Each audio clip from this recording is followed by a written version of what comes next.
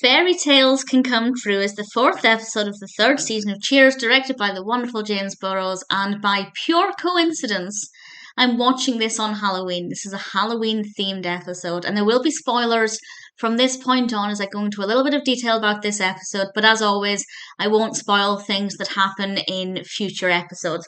So this one is, as I said, set at Halloween, and in the opening scene, we can see Cheers decorated with all kinds of fabulous Halloween and spooky decorations, and Frasier is reciting Poe's Nevermore, and he's dressed as the Mad Hatter. I have to say, of all of the costumes in this, his is my favourite, and Diane is suitably dressed as Alice.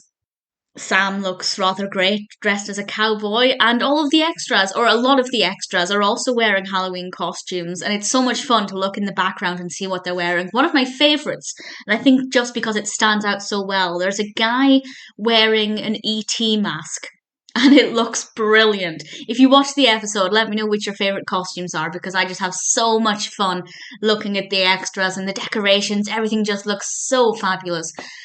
Coach had a pretty great costume as well. They all did.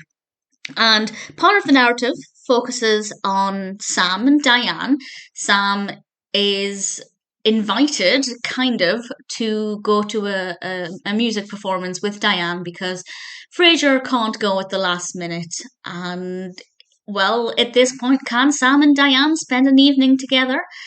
Since I've said spoiler warning, I can't discuss this in more detail, and honestly, I don't know how to discuss it because I don't know, based on this episode, how I should feel, because I still feel like there's this playfulness between them. For example, towards the end, when Diane was about to leave Cheers and Sam went to chase after her in a mock attempt to have a physical encounter with her, and it's this playfulness and this cheekiness, mostly with Sam, but Diane also gives as good as she gets, and it's so uncertain what their relationship is at this point, and I think that's because that's how they feel.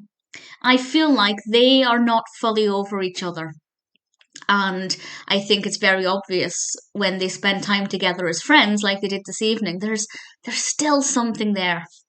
But I can't say any more than that about the relationship. But in this episode, it is great to see them spending time together because even though I was never the biggest fan of Sam and Diane as a couple in a relationship, I do think they're brilliant together on screen.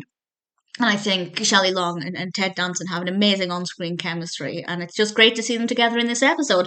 The main focus, however, is rather delightfully on Cliff.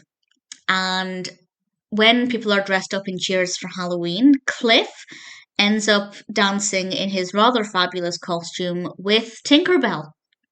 And straight away, they hit it off. It's very clear that they're very similar in personality, at least from what we can judge based on the few words that Tinkerbell says. And at the end of the night, they agree to meet the following night at 8 o'clock on the steps at the entrance of Cheers. And one of my favourite moments in the whole episode is when Cliff walks off away from the bar and Norm goes after him, and there's actually a moment, this isn't the bit that I love the most, but there's a bit where Norm was like, yes, you're my best friend, or we're best friends, and I thought that was so sweet. But then Norm gives this amazing speech to Cliff, supporting him, telling him that he needs to basically get over his anxieties about meeting this woman because it's a real shot at happiness. And I just thought it was beautiful and beautifully delivered by George Wendt. Very, very well written and delivered and very touching. And when she didn't turn up, I felt awful for Cliff because I don't want Cliff to be unhappy. I love Cliff. And it was a little bit emotional. And then the phone rings and Coach goes off at somebody thinking he's being prank called, which I loved. And again, it was just a bit of humour right when we needed it to be because things were a little bit emotional.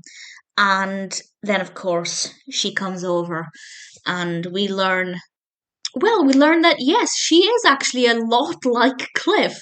And the scene that unfolds with Sam helping them be together, and I had a little lump in my throat and tears were prickling in my eyes. I didn't quite cry, but I was close to it. It was so beautiful, funny, but beautiful. Tinkerbell played by Bernadette Birkett, and I just thought it was so lovely and so moving and very, very well done.